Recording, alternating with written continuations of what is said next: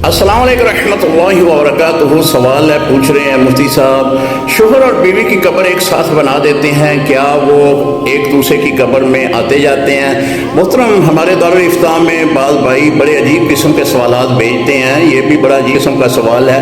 देखें, ये सहूलत सिर्फ दुनिया में है, आलम बरज़ख में नहीं है। अब वो आलम बरज़ख में मौजूद हैं, अब वो अपनी अपनी कब्र में ही आराम करेंगे, क़यामत तक उनका आराम जो है वो अपनी कब्र में ही होगा।